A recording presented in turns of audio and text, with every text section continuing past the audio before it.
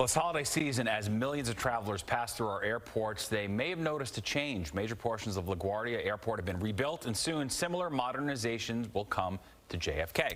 Lori Stokes sat down with the woman behind these architectural modernizations, McKissack. She's the president and CEO of the firm McKissack and McKissack, the oldest black-owned and female-run construction company in the United States.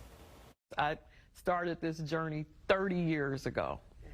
30 years ago, and to think about the iconic projects that we've had the opportunity to work on, you know, it's a blessing. Cheryl McKissack and her team at McKissack and McKissack have been blessing New York City with much of the infrastructure New Yorkers use every day. We are the independent engineer for the MTA, so we oversee their capital program. The first program that we oversaw was $32 billion. The one we're doing now is $54 billion. It includes East Side Access, 2nd Avenue Subway. When we look at buildings in New York, we can point to which ones that McKissack and McKissack did. If you want to talk about buildings, we can talk about Medgar Evers College. Medgar Evers built 2 brand new buildings, a social services building. We're currently building Coney Island Hospital. And Harlem Hospital is one of my favorites because we had to take murals off of the cinder block walls and restore them. And they hang in the entrance of Harlem Hospital right now. But then the architect came up with the bright idea to mimic those same murals on the outside of the glass of the hospital. So the hospital is beautiful. McKissack and her team brought beauty to LaGuardia Airport, once maligned by President, then Vice President Joe Biden. If I took you in blindfold and took you to LaGuardia Airport in New York, you must think I must be in some third world country. We've had the opportunity to participate on the central terminal at LaGuardia and continue to work with Delta, which is Terminal B and C, which is another, $4 or $5 billion undertaking. It's a long way from McKissack and McKissack's origins. 5 generations of McKissacks ago, founded by a former slave. How unheard of that is, even within a white generational family, let alone a black generational family,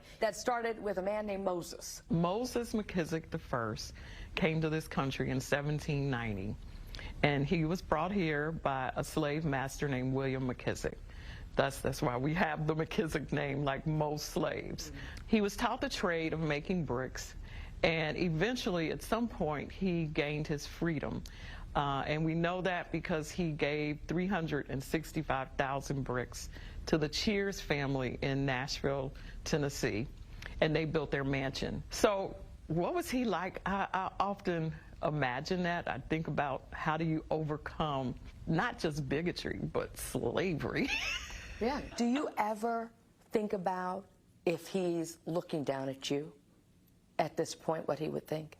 I think about the fact that his DNA and his blood runs through me.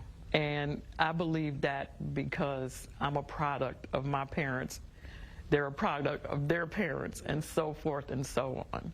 So I believe more than he's just looking down on me, I feel like he's in me, that I can stand on the accomplishments of my ancestors. Cheryl took me on a tour of her great accomplishment, a reimagined LaGuardia Airport. You must have a lot of pride. Really, how can you not? It's very humbling to be a part of so many iconic projects in New York. You know, being part of the footprint of New York City as a black female-owned business is not only important for McKissack, but I think it's important for all of New York. And how many international people are coming through these airports, what that means. Well, it gives us a better face as a country, first of all. Joe Biden was not kidding when he said it looked third world, because it did. And now you look at it, it's Class A space. It's second to none, and that's what New York should be. We have the Central Terminal here. We have the Delta Terminal right next door, which we're still working on next door.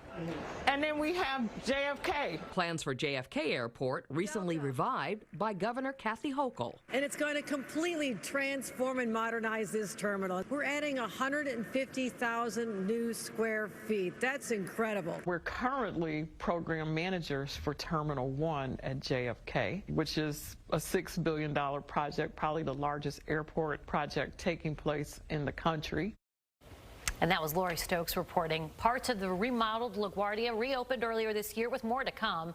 The first phase of the remodeled JFK, which includes the new arrivals and departures hall, and the first set of new gates is expected to open in 2026. And McKissack's firm was also planning to work with a team of other black-owned companies to build Affirmation Tower near the Javits Center. But plans were recently put on hold by Governor Hochul. McKissack and her team say they are optimistic to get it done working with the governor.